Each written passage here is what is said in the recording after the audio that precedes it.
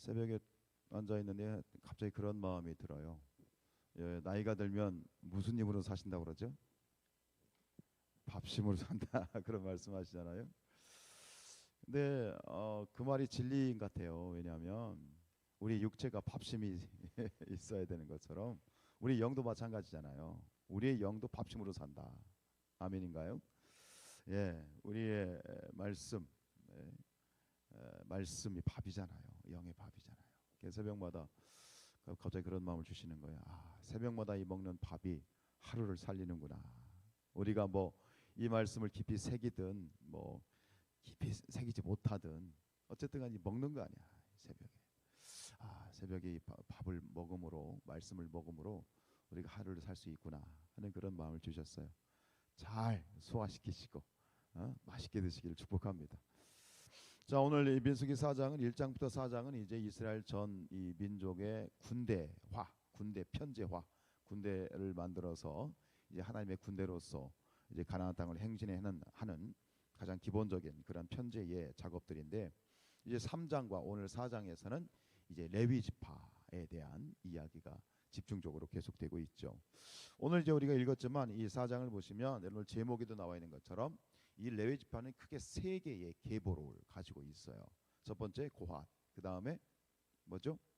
게르손, 그 다음에 무라리. 자, 고핫, 게르손, 무라리 이 세 개의 그러한 계보를 중심으로 해서 30세부터 50세까지 성막의 업무 그리고 제반 업무를 담당하는 자들을 세어 보니 전체가 몇 명이었다? 8,580명이었다.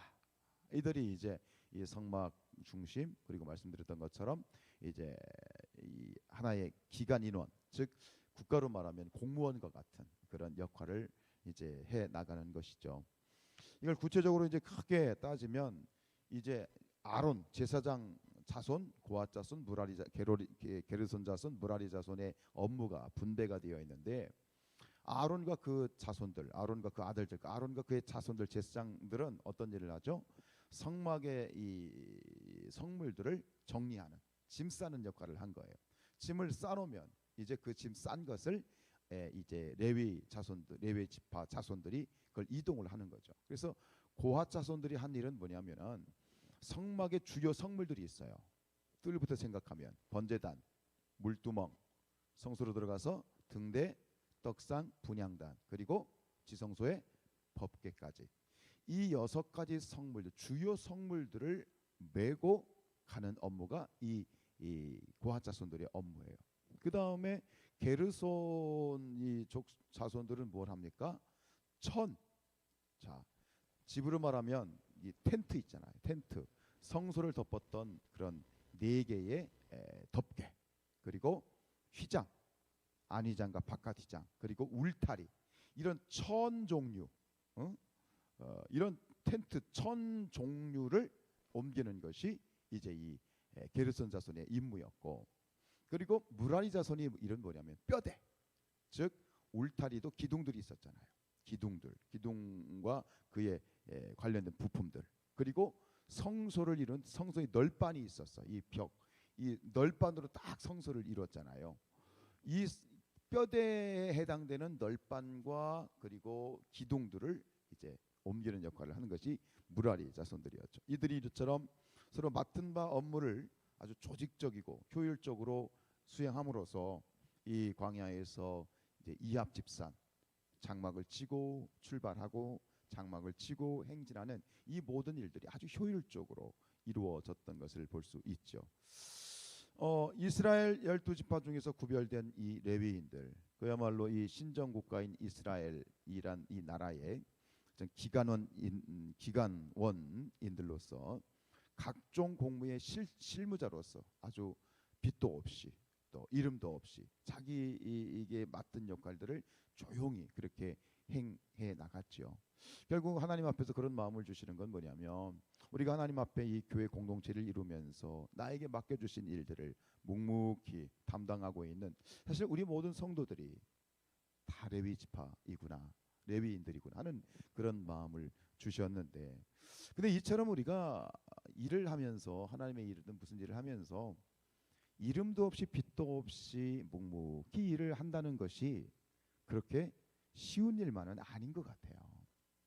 이 지금 이 세 계보 중에 고핫, 게르손, 무라리 이 세 계보 중에 말 많고 탈 많은 계보가 하나 있어요. 그게 누구냐면 고핫 자손들이에요. 이 고핫 자손 중에 어떤 사람이 나타나면 고라라고 하는 사람이 나오죠. 민수기 이제 16장에 가면 이 고라가 모세에게 반역을 해요. 니들만 잘났냐? 니들만 대장이냐? 우리도 누가 니들 보고 그런 거 시켰냐? 그러면서 이 250명의 일당들을 모아요. 어디든 그런 사람들이 있잖아요. 좌파들 모아가지고 이제 모세에게 이제 반역을 해요. 반역을 해요. 근데 결국 어떻게 됩니까? 그 고라와 그 가족과 그 모든 소유가 땅이 갈라지면서 땅이 그들을 다 삼켜 버려요.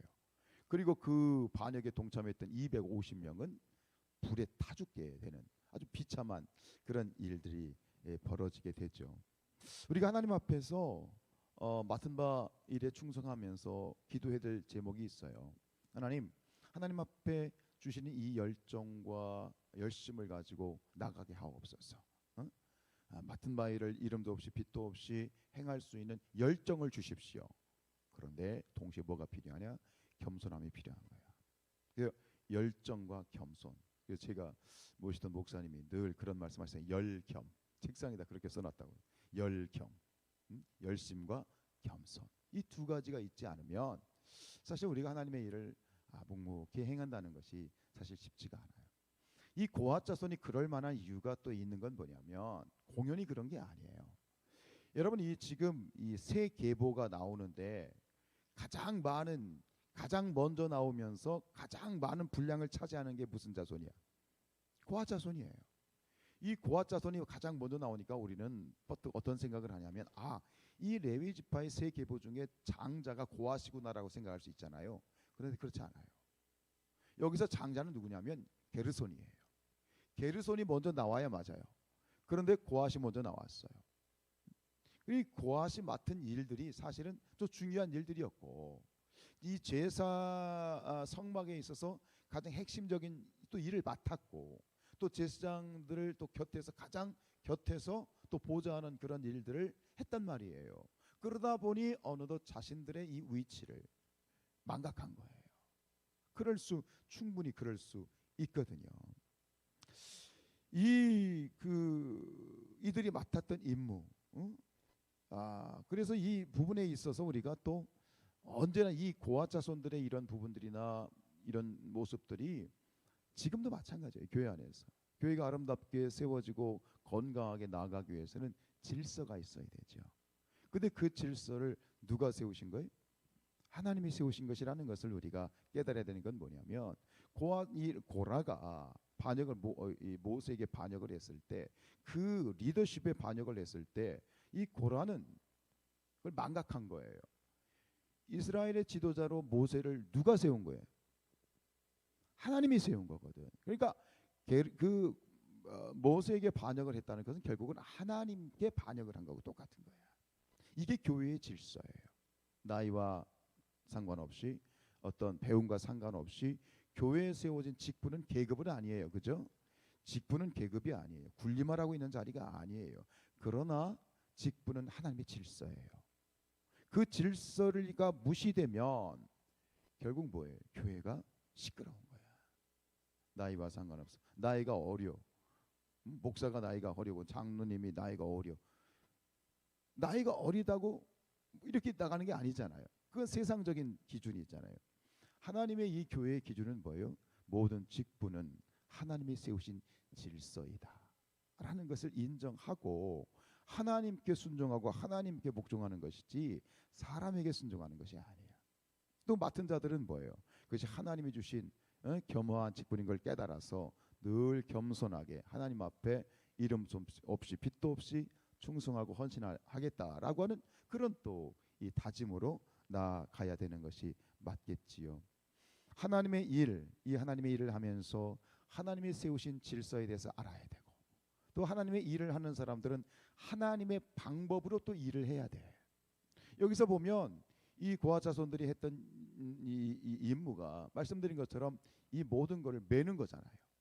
번제단을 메고 물두멍을 메고 또 그래서 전에 이제 성막 공부하실 때 기억나시는지 모르겠는데 모든 성물마다 채가 있어. 채 양쪽으로 이 긴 막대기 두 개가 다 있어요. 왜요? 뭐하라고? 매라고. 이게 다 매야 되는 거야. 그것을 했던 것이 고아 자손들이에요. 근데 생각해 보세요. 이게 보통 무게가 아니에요. 특히 법궤 같은 경우에는요. 이게 위에 올라와 있는 이 천사의 모양이 순금 덩어리고 등대 같은 경우도 등대가 키가 막 사람 키만 한데 그게 다 순금 덩어리야. 어마어마한 그런 무게. 그걸 메고 가야 돼. 그게 사람의 이성으로 생각하면 메고 가는 건 맞지 않아. 비합리적이야. 어떻게 하는 게 좋아요? 수레에 싣고 가는 거지. 근데 이게 하나님께서 분명히 메고 가라고 했어. 근데 이 사실을 이 하나님의 일을 하면서 하나님의 방법과 하나님의 이러한 이 주신 명령을 몰라서 결국은 법궤를 이동하는데 수레에 싣고 가다가 큰 봉변을 당한 사람이 누구예요? 우사라고 하는 사람이잖아요. 몰랐기 때문이죠. 오늘 우리가 여러분들 눈치채셨는지 모르겠지만 레위기에서부터 지금 민수기에도 계속되는 건 뭐냐면 맨 장마다 맨 1절에 이 말이 계속 반복이 돼요. 뭐죠? 여호와께서 모세에게 혹은 여호와께서 모세와 아론에게 이르시되 모든 구절마다 이게 계속 반복이 돼요. 결국은 이 모든 것은 하나님이 주신 것이고 하나님이 말씀하신 대로 하나님의 일은 진행이 돼야 된다. 이걸 깨달아야 돼. 그래서 끊임없이 우리가 하나님 앞에 기도할 건 뭐냐면 하나님의 일을 감당하게 될 때에 이 일을 하나님의 방법대로 할 수 있게 깨닫게 하옵소서. 응? 그걸 내가 깨닫고 그 방법대로 하나님의 일을 할 수 있도록 하옵소서. 우리가 결과도 중요하지만 뭐가 중요하냐? 방법도 중요한 거예요. 결과도 중요하지만 하나님의 일은 어떤 일을 결과물로 만들어내는 것도 중요하지만 하나님의 일을 하는 과정과 방법도 하나님이 보시는 거예요. 그 과정과 방법이 잘못되면 하나님께서는 그것을 인정하지 않는다라고 하는 사실이겠지요. 디모데후서 2장 5절에 경계하는 자가 법대로 경계하지 아니하면 승리자의 관을 얻지 못할 것이다. 경계하는 자가 법대로 규칙대로 경계하지 않으면 무한 거예요. 반칙이죠. 반칙. 영적인 우리가 하나님의 일을 하는 뭐 목사든 우리 성도님들이든 우리 모두가 같이 하나님의 일을 해나가면서 반칙하지 않고 하나님의 뜻대로 하나님의 방법대로 일을 만들어가고 그 하나님의 일을 우리가 감당하는 저와 여러분들이 있으면 좋겠습니다. 일을 알아야 되겠죠. 어? 하나님의 뜻이 무엇인지 알아야 되겠죠. 우리는 세상에서 하던 방법을 끌어와요. 배운 게 그거니까. 세상에서 하는 방법. 근데 세상에서 쓰는 권모술수를 교회에서도 쓰려고 그래요. 그건 죄예요. 너무 큰 죄예요. 하나님의 일은 하나님의 말씀대로, 하나님의 일은 하나님의 방법대로. 그게 하나님이 원하시는 거예요. 그것이 의미가 있는 것이지 어떤 결과물을 만들어내는 것 그것은 중요한 게 아니에요. 그게 없어도 하나님의 역사는 일어나는 거야. 하나님이 보시는 것은 과정이야. 어찌 보면 결과는 하나님께 달려 있는 것이고 그 결과를 놓고 우리가 나아가는 방법은 하나님이 원하시는 방법으로 나가야 되는 것이 맞지 않겠습니까? 오늘도 하나님의 일들을 또 우리의 삶의 현장에서 이러저러한 일들을 감당할 때 하나님이 주시는 지혜로 하나님이 주시는 방법으로 아름다운 일들을 도모하시고 또 승리하시는 그런 저와 여러분들 되시기를 주님의 이름으로 축원드립니다. 기도하시겠습니다.